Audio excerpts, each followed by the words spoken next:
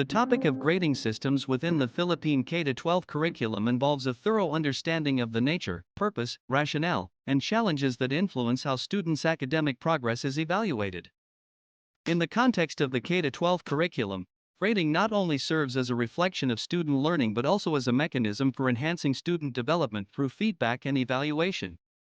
Grading plays an essential role in summarizing the learning outcomes of students. The K-12 curriculum emphasizes standards-based learning, where performance is evaluated against specific competencies and objectives outlined in the most essential learning competencies, MELCs. The purpose of grading goes beyond merely assigning a score. It serves as a communication tool, motivating students to improve, and informs decision-making about promotion, intervention, or retention.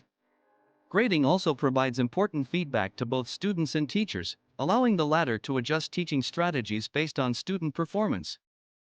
The integration of formative assessments alongside summative assessments ensures that grading is aligned with continuous learning rather than just final outcomes. Assigning grades within the K-12 framework ensures that students' progress is measured against clear and transparent standards. This helps promote fairness and consistency in evaluating student learning. It is particularly important in a diverse classroom where students might have varying levels of understanding and ability. The grades assigned, therefore, should reflect the competencies attained by students in alignment with the learning goals set by the Department of Education, DepEd. Furthermore, the holistic approach of the K-12 curriculum necessitates considering not only academic knowledge but also life skills, values, and attitudes.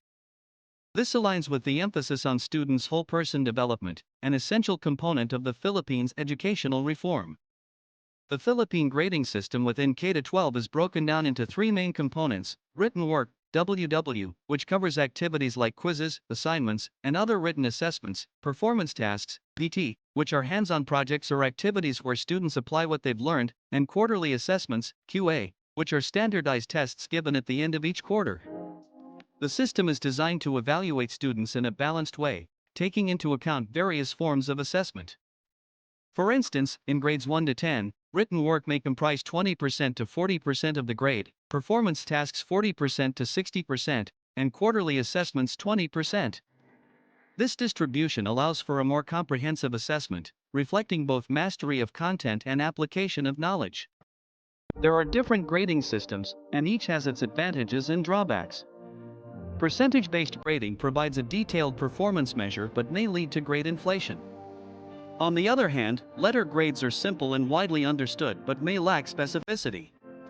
Standards-based grading, which focuses on mastery of content, encourages deeper learning but can be complex to implement. Pass/fail systems can reduce stress for students, but they provide limited feedback on their actual performance, which could hinder improvement. To achieve effective grading, several best practices should be considered. Aligning grades with learning outcomes is crucial for maintaining the integrity of the educational system. Using multiple assessments, a combination of formative and summative assessments, provides a more holistic view of a student's capabilities. Providing clear criteria, or rubrics, helps students understand what is expected of them, reducing subjectivity in grading. Ensuring fairness and consistency across teachers and subjects helps maintain fairness and transparency, which are fundamental to the educational process. While grading is essential, several challenges persist. Subjectivity in assigning grades remains a concern, especially in subjective assessments like essays or projects. The use of rubrics helps to mitigate this issue, but bias can still play a role. Grade inflation is an issue, where grades may not accurately reflect a student's performance due to leniency in grading. Balancing formative and summative assessments is another challenge, as educators must ensure that both serve their purpose, providing learning support while also evaluating final outcomes. Addressing the diverse needs of students is also essential, especially in an inclusive classroom where learners come with different backgrounds, learning styles, and abilities.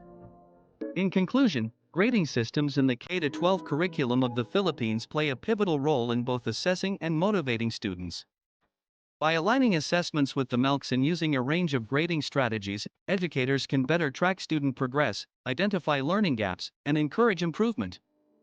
However, it is essential to be mindful of the challenges inherent in grading, such as the potential for subjectivity and grade inflation, and to adopt best practices that ensure fairness, transparency, and consistency in evaluation. Ultimately, grading should serve as a tool for enhancing holistic student development, guiding learners towards mastering content and becoming lifelong learners. By reflecting on these grading practices, teachers can refine their own approaches to assessments and contribute to the betterment of the educational process in the Philippines. Grading systems in the K 12 curriculum are more than just numbers, they're essential for assessing and motivating students. When assessments align with the most essential learning competencies, or MELCs, teachers can truly track progress and spot learning gaps. But let's be real, grading isn't without its challenges. Subjectivity and grade inflation can creep in, making it crucial to adopt best practices that ensure fairness and transparency. Imagine a classroom where grades aren't just a reflection of performance but a roadmap for growth.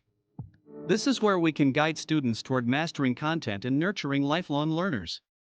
By reflecting on our grading practices, we can refine our approaches, making a real impact on the educational journey in the Philippines.